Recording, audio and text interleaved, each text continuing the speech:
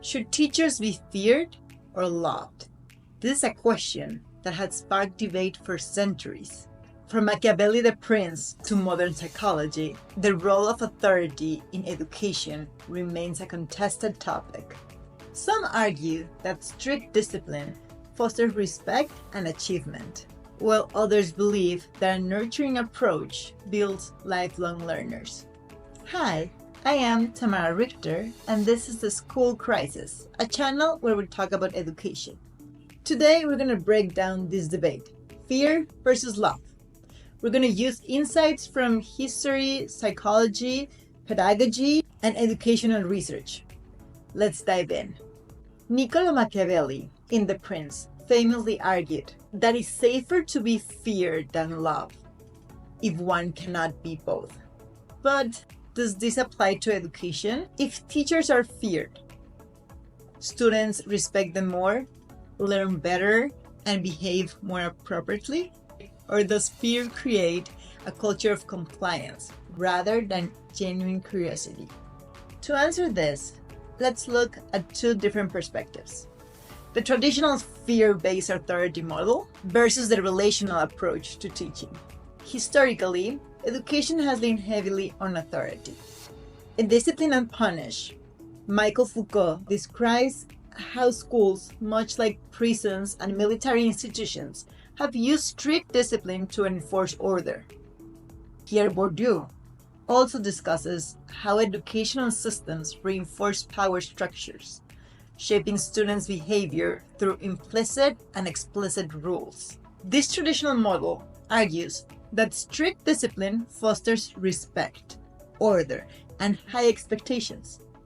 For example, in many Asian countries, like Japan and South Korea, teachers hold significant authority, and students are expected to adhere to strict rules. The results? High performance in global education rankings. Carol Dweck's mindset theory complicates this view. She argues that a fear-based approach might push students towards a fixed mindset, where there's no growth, where they avoid challenges out of the fear of failure, instead of seeing them as opportunities to grow.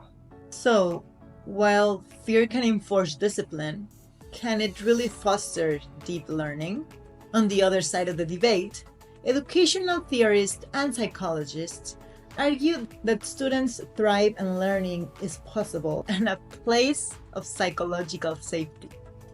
Adam Grant, an organizational psychologist, suggests that trust and encouragement are key to motivation.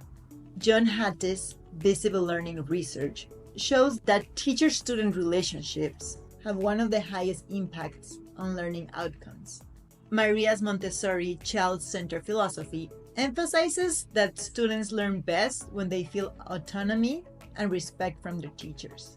Similarly, Bell Hooks, in Teaching to Transgress, advocates for an education rooted in love and care, where students are empowered rather than controlled.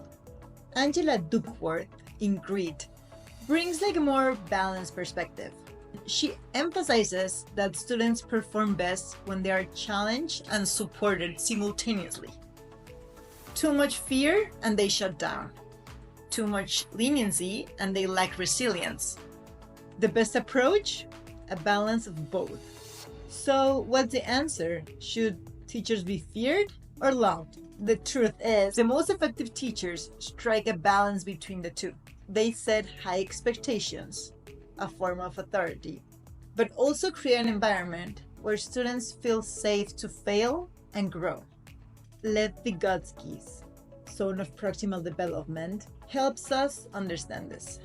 He argued that students learn best when given challenges just beyond their current ability, with guidance from a more knowledgeable person.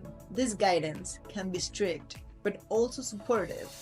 When we look at history, psychology, and pedagogy, we see that teaching is not about absolute fear or absolute love, but about respect, structure, and emotional safety. The best teachers inspire, challenge, and support all at once. So, what do you think? Should teachers be feared or loved? Or is the real answer somewhere in between?